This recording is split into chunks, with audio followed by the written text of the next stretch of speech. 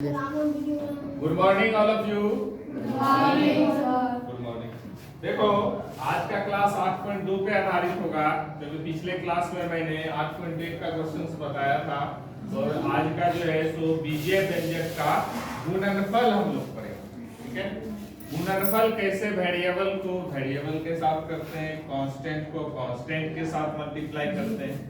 तो जहां भी किसी को समझ में नहीं आए, ठीक है, हाथ खड़ा करके पूछ सकते हो, फिर मैं उसको समझाऊंगा पुनः। ठीक है, आते हैं हम पहला क्वेश्चन क्या बोल रहा है। देखो, निम्नलिखित एक पदी युग्मों का गुणनफल ज्ञात कीजिए। ठीक, देखो पहला का पहला क्वेश्चन है 4 into 7p। ये दो एक पदी व्यंजक, पहला एक पदी व्यंजक 4 है, दूसरा एक पदी व्यंजक 7p। और इसका क्वेश्चंस में हमको मल्टीप्लिकेशन करना है। क्या करना है? मल्टीप्लिकेशन। तो देखो इसका जब हम लोग गुणनफल करेंगे, दोनों का गुणनफल करेंगे, तो देखो पहला एक पदी व्यंजक 4 है, ठीक, उसके बाद मल्टीप्लाई का साइन देंगे और 7p। अब देखो सबसे पहला चीज हम अभी तुरंत बताए तुमको कि कांस्टेंट का जो है तो कांस्टेंट के साथ मल्टीप्लाई होगा। ठीक, तो 4 और इंटू 7 ये कितना हो जाएगा? 28। केवल आता है सबको जी सर। तो 28 और ये हो गया p। और यही हमारा दोनों एक पदी व्यंजक का गुणनफल हो गया। ठीक है, एक छोटा सा है, ठीक, इससे थोड़ा सा हार्ड एक क्वेश्चन है 4 नंबर। फर्स्ट का 4 नंबर ये भी हम बताते हैं। ठीक है, 2 और 3 तुम लोग के लिए छोड़ा गया है। 2 और 3 तुम लोग बनाओगे, अगर नहीं बनेगी तो फिर हम बताएंगे नेक्स्ट क्लास। देखो 4 नंबर क्वेश्चन है क्या, 4p³ माइनस 3p। ये भी देखो दोनों एक पदी व्यंजक ही है। ठीक है, अब देखो कि इसको कैसे हम लोग गुणनफल करते हैं।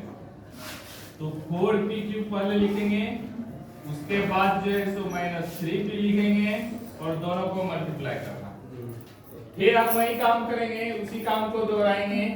क्या कि 4 को माइनस 3 से पहले मल्टीप्लाई करेंगे, तो 4 को माइनस 3 से मल्टीप्लाई करेंगे तो होगा माइनस 12। कितना होगा? माइनस 12। अब देखो कि p³ है यहाँ और यहाँ पे p है, दोनों है तो p ही। और जब बेस दोनों का सेम रहता है, यहाँ पे बेस p है, यहाँ भी बेस p है, यहाँ पे पावर 3 है और यहाँ पे पावर तुमको दिखाई नहीं दे रहा होगा, लेकिन यहाँ पे पावर 1 है। कितना है पावर? 1। तो देखो कि ये 4p³ इन प्लस 1 हो जाएगा, क्योंकि जब बेस समान रहता है, इक्वल रहता है, तो पावर का एडिशन होता है। क्या होता है? जोड़ होता है।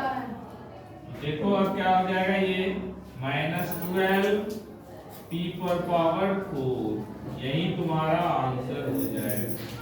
किसी को कोई दिक्कत नहीं? पहला क्वेश्चन का जो शेष क्वेश्चन है वो तुम लोग बनाओगे। अब हम आते हैं क्वेश्चन नंबर 2 पे।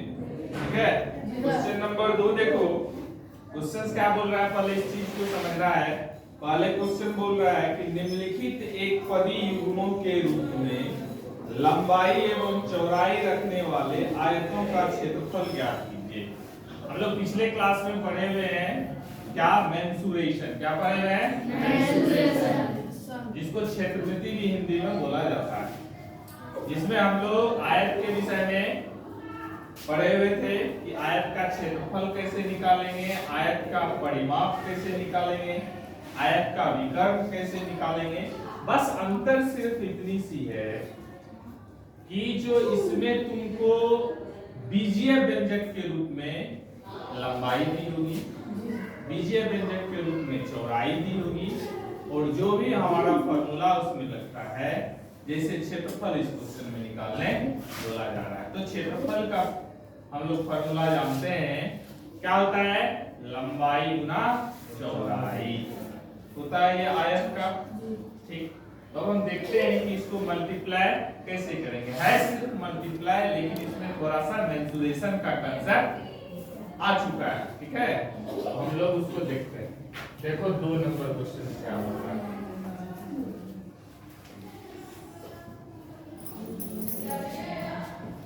देखो ये बुक थोड़ी सी खराब है, इसमें मिसप्रिंट है कुछ।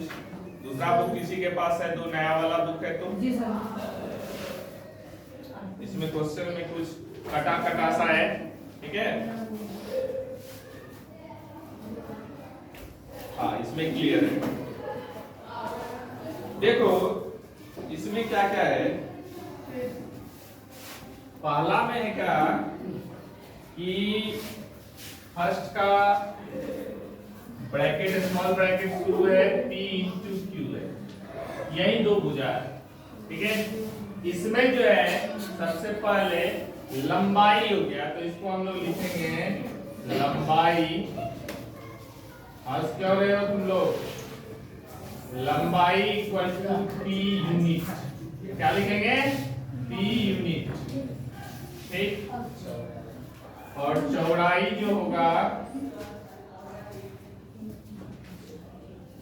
उसको लिखेंगे हम लोग Q यूनिट। ठीक, अब हम यहाँ से क्षेत्रफल की बात करते हैं। जैसे हम लोग जानते हैं क्या कि क्षेत्रफल जो होता है इसका फॉर्मूला हम लोग लिखते हैं L इंटू बी। ठीक, L का मतलब होता है लेंथ, ठीक, B का मतलब होता है ब्रेथ, जो कि चौड़ाई को अंग्रेजी में बोला जाता है। ठीक है, तो लंबाई हमारा P यूनिट है, तो L की जगह पर P यूनिट लिखेंगे, और B चौड़ाई Q यूनिट है, Q लिख देंगे, और 2 यूनिट है। ठीक है, तो यूनिट स्क्वायर हो जाएगा। क्या हो जाएगा, यूनिट स्क्वायर। कहीं कहीं क्या होगा, तो तुमको इसमें तो ये अलजेब्रिक है इसलिए मीटर सेंटीमीटर नहीं दिया हुआ है।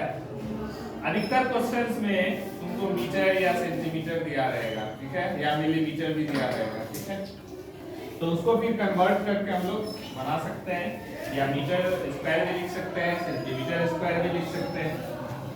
अब यहाँ पे देखो, तो P मल्टीप्लाई Q, यानी कि होगा PQ unit square. It's your answer, यही हमारा आंसर निकल कर आएगा। ठीक है, इस तरह से जो है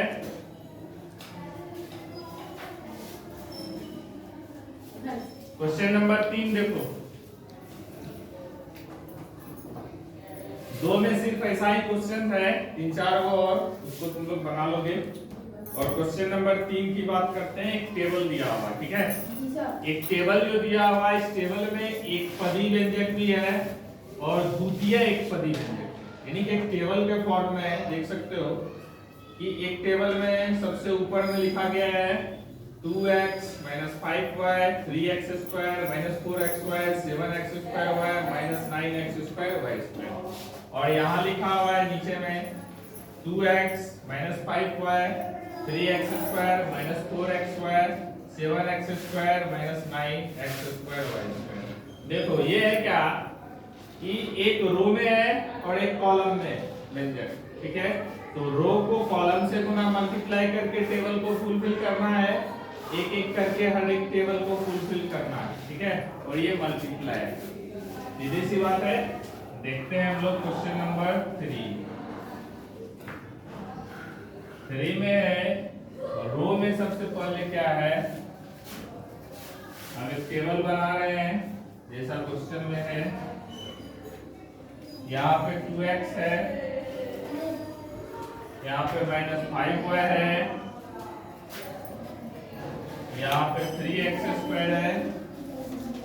देखो जगह के कारण हम 3 ही चीज लिखते हैं। ठीक है, और इस पे यहाँ जो है कॉलम में यहाँ पे दिया हुआ है फिर 2x, यहाँ पे दिया हुआ है -5y और यहाँ पे दिया हुआ है 3x²।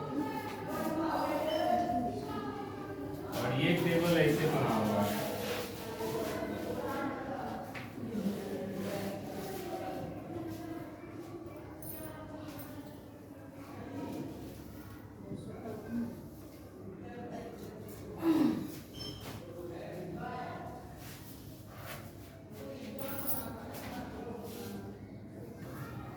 टेबल बन के तैयार है हमारा।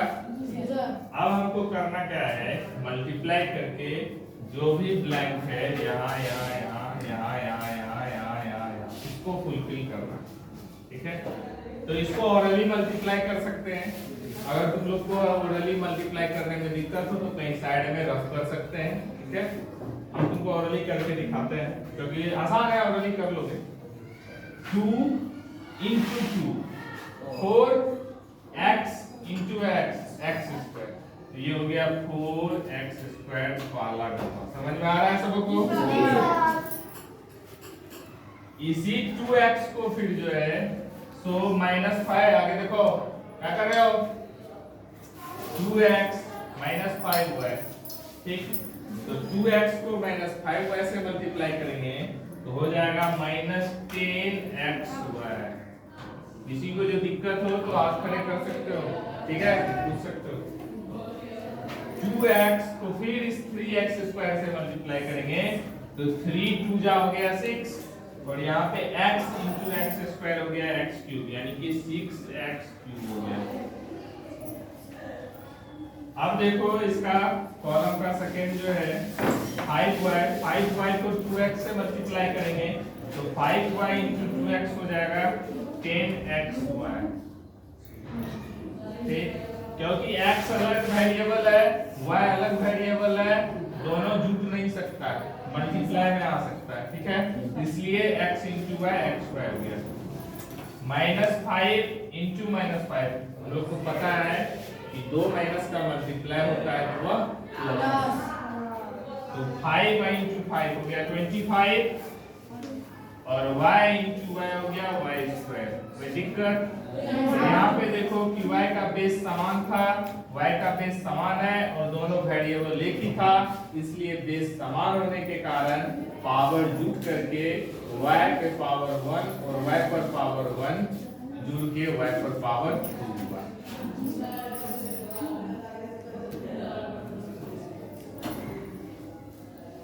अब देखो फिर इस 5y को 3x स्क्वायर से मल्टीप्लाई करना है तो 5y into 3 कितना हो गया -15 क्योंकि -5 है और y into x स्क्वायर यानी कि x स्क्वायर हुआ है।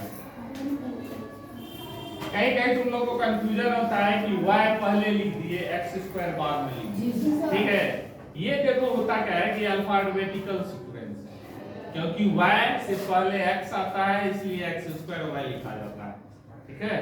तो ये जरूरी नहीं है कोई y x स्क्वायर लिख दोगे तो गलत हो जाएगी, वो बिल्कुल गलत नहीं होगी, ठीक है। दोनों बात सेम है, इस चीज को ध्यान में रखना, ये कंफ्यूजन नहीं जो फिर सर के पास जाते हैं पूछते हैं, ठीक है। दोनों एक ही चीज है, पूछने आओगे भी तो हम यही बताएंगे फिर। अब देखो यहाँ पे 3x स्क्वायर है, ठीक है, और यहाँ पे 2x है तो 3 into 2 कितना हो गया 6, x स्क्वायर into x कितना हो गया x क्यूब। देखो बहुत धीरे से बड़ा शांति से एक एक करके जहां तुमको दिक्कत होगा वो हर चीज हम बताने का प्रयास करना। फिर भी अगर तुमको कोई परेशानी होती है, अगर एक तो परेशानी होनी नहीं चाहिए, फिर भी तुम आकर के पूछ सकते हो, ठीक है। 3 into 2 हो गया 6, x into x स्क्वायर हो गया x। अब यहाँ पे देखो 3x स्क्वायर है -5 हुआ है तो फिर 3 को -5 से मल्टीप्लाई करेंगे होगा -15, x स्क्वायर को y से मल्टीप्लाई करेंगे x स्क्वायर y, ठीक। 3 को फिर इस 3 से मल्टीप्लाई करेंगे होगा 9 और यहाँ x स्क्वायर यहाँ x स्क्वायर होगा x, ठीक है। 3 नंबर क्वेश्चन तक कंप्लीट, किसी को कोई दिक्कत? इसमें 5 क्वेश्चन है, ठीक है। चौथा और 5वां क्वेश्चन उनको बताना है, ठीक है। देखो चौथा क्वेश्चन बोला जा रहा है कि ऐसे घन आकार बक्सों का आयतन ज्ञात कीजिए जिनकी लंबाई, चौड़ाई और ऊंचाई क्रमशः दिया गया है बीजीय व्यंजक के रूप में। तो बीजीय व्यंजक के रूप में जो दिया गया है तो हमको सबसे पहले ये जानना आवश्यक है, बैठो,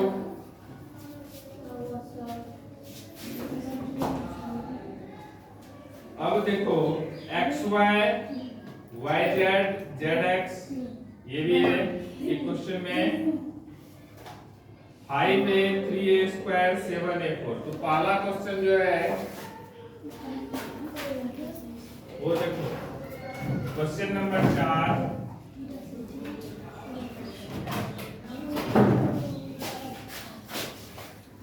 का पहला क्वेश्चन देखो घन है, घन बोलते हैं क्यूब को। ठीक, क्यूब का आयतन तो सबसे पहले जब तक पता नहीं रहेगी तब तक हम इस क्वेश्चन को बना नहीं पाएंगे।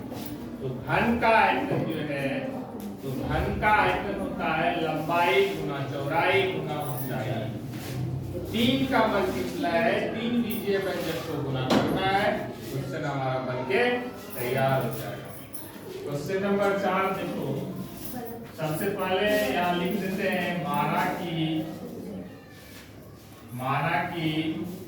घन की लंबाई, घन की लंबाई थोड़ा शॉर्ट में लिखते हैं, लंबाई चौड़ाई और ऊंचाई।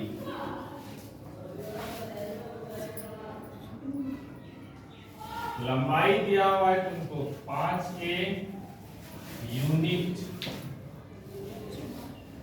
उसके बाद जो है ये 3a स्क्वायर यूनिट है,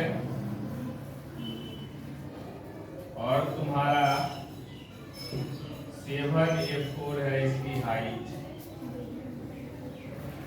अब यहाँ पे तुमको आयतन बोला जा रहा है, आयतन जिसको अंग्रेजी में हम लोग वॉल्यूम बोलते हैं, जिसे डिनोट करते हैं। ठीक है, तो आयतन होता है L into D into S, यानी L से लेंथ, B से ब्रेथ, S से हाइट। ठीक है, अब देखो L का मतलब हो गया 5a, D का मतलब हो गया 3a स्क्वायर, सबके जगह पर वैल्यू पुट कर रहे हैं, कुछ नहीं कर रहे हैं, और 7a4। ठीक, और ये यूनिट क्यूब होगा। लंबाई मीटर में रहेगा, चौड़ाई भी मीटर में रहेगा, और ऊंचाई भी अगर मीटर में रहेगा तो मीटर क्यूब लिखा है। ठीक है, यूनिट की जगह मीटर लग जाएगा, कोई दिक्कत नहीं। अब देखो 3 है तो कोई दिक्कत नहीं है, 10-10 अगर बीजीय व्यंजक रहे, अलजेब्रिक एक्सप्रेशन रहे, तब पर भी हम उसको आसानी पूर्वक मल्टीप्लाई कर सकते हैं। ठीक है, देखो सबसे पहले कांस्टेंट है 5 इंटू 3 इंटू 7, इन तीनों को मल्टीप्लाई कर लेंगे। 5 3 जा 15 और 15 7 जा 105। ठीक है, ये हो गया 105। सब में यही है, a पर पावर 1 यहाँ, a पर पावर 2 यहाँ, a पर पावर 4 यहाँ, 4 क्यूब 6 1 7। ठीक है, तो a पर पावर हो गया 7। ठीक है, a पर पावर 7, ये तुम्हारा आंसर आ जाएगा। इस तरह से इसमें 3-4 क्वेश्चन है। ठीक है, और क्वेश्चन नंबर 5 जो है ये मल्टीप्लाई है। ठीक है, और तीनों को मल्टीप्लाई कर दोगे, आसानी पूर्वक बन जाएगा। इस तरह से तुम्हारा जो है चैप्टर 8.2 कंप्लीट होता है। ठीक है, किसी को फिर भी कोई परेशानी हो तो बता सकते हो। सबसे पहले कॉपी निकाल करके इसको लिखो। ठीक है जी सर, कोई दिक्कत होगा तब कोई बात। ठीक है।